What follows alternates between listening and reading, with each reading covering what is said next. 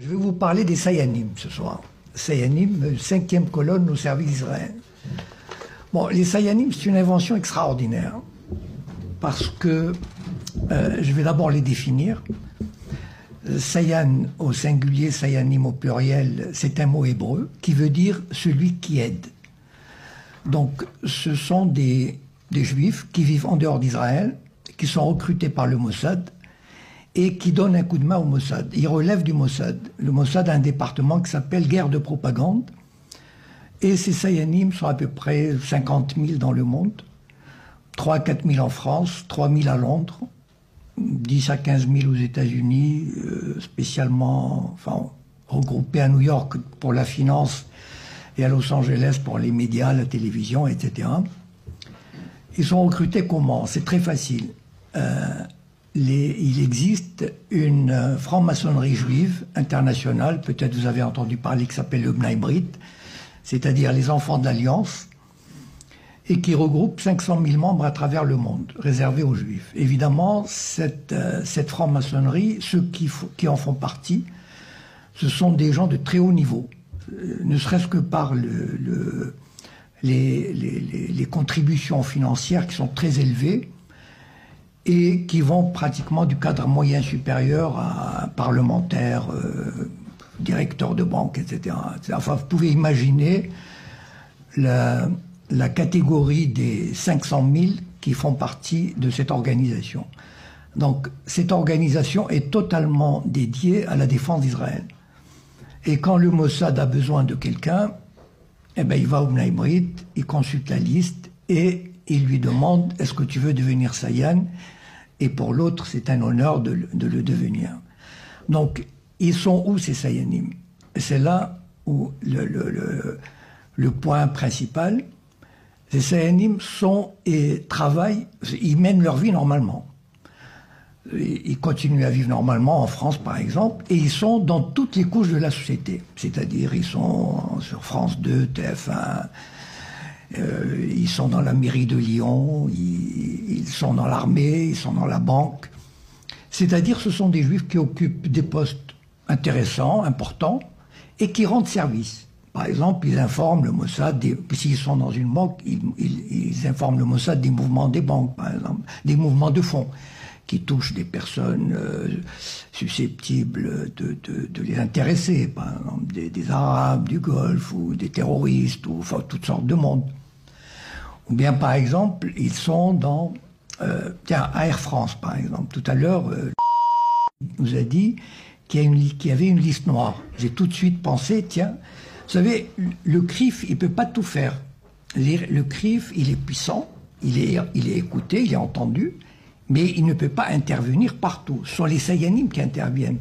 Les gens ne savent pas qu'il y a des Sayanim, en fait. C'est ça le truc, c'est que on a l'impression que ça vient de l'intérieur. C'est-à-dire, on dit, ah, Air France a établi une liste noire. Mais attendez, mais un Français normal, pourquoi il ferait une liste noire? Il ne ferait pas une liste noire. Quelqu'un qui est un directeur à Air France, un Français, il ne l'aurait pas fait spontanément. Parce que ce n'est pas dans la culture d'un Français de le faire, d'un employé de le faire. Par contre, un Juif, un Sayan, qui travaille à Air France, il peut le faire. Et là, par exemple, je vais vous raconter 2 anecdotes. Il y a quelqu'un qui a écrit sur les Sayanim.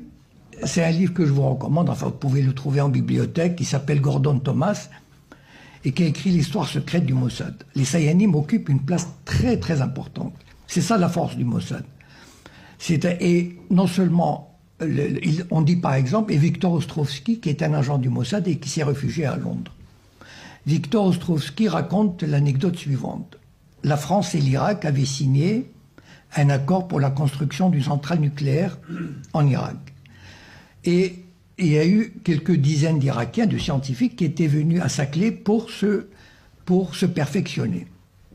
Le Mossad, qui était au courant, il avait envie d'avoir leur dossier. Pour un service secret normal, il se creuse les ménages, il se dit comment je vais obtenir ces dossiers. Est-ce que je vais faire par effraction? Est-ce que je vais essayer d'acheter quelqu'un? En tout cas, ça va lui prendre pas mal de temps. Le Mossad, c'est très facile pour lui. Il a un Sayan à Saclay. Il appelle le Sayan, il lui dit « j'ai besoin des dossiers ». Il apporte les dossiers, il les photocopie, il remet les dossiers. Par exemple, il y a une université Paris 8 qui veut organiser un colloque sur la Palestine. Ben, tiens, comme par hasard, on a des Sayanim au conseil d'administration. Eh ben, les Sayanim font en sorte, on ne dit pas, le CRIF n'a pas besoin d'intervenir. Ce sont les Sayanim eux-mêmes qui prennent l'initiative de dire « oula, c'est une opération politique, on n'a pas à le faire, etc. » Et c'est ça qui fait la force de ces Sayanim. Ça veut dire ils ne négligent aucune structure de la société. Même chez les francs-maçons, ils existent. Un caporal d'une armée d'occupation a été enlevé par le Hamas. Du jour au lendemain, je peux vous dire, enfin, moi j'ai assisté à cette campagne, du jour au lendemain, c'est très simple. Son nom a été matraqué par tous les médias, ce qui fait qu'une semaine après, je pense que personne, même au fin fond de l'Ardèche, personne n'ignorait qu'il y avait un Gilad Shalit, un prisonnier, imaginez, un prisonnier israélien aux mains du Hamas. Bon. Et son père, qui est un petit fonctionnaire, vous savez, c'est comme s'il vivait à Mâcon, l'équivalent en Israël, un patelin, c'est un petit fonctionnaire.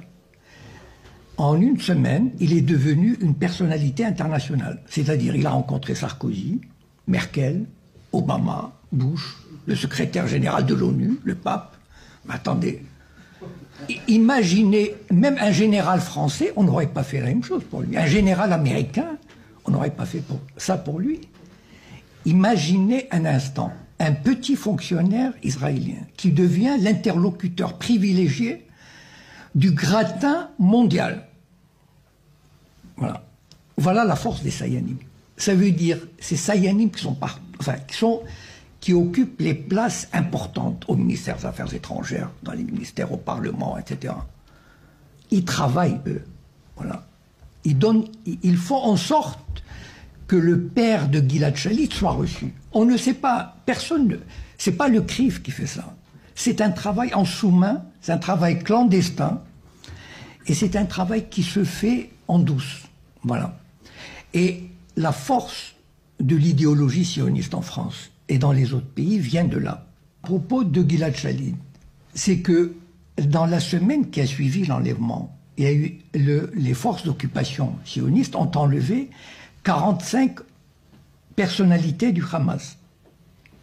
Des personnalités, c'est-à-dire des ministres, des députés, des conseillers municipaux, des pères de famille, qui n'avaient rien à voir. Je veux dire, on ne les a pas, tout à l'heure, on a parlé de détention administrative. C'est ça la détention administrative, c'est-à-dire la police vient frapper à votre porte, elle vous détient, voilà. Elle émet un avis de détention administrative pour 6 mois, sans procès, sans avocat, sans visite, sans rien, voilà, on détient.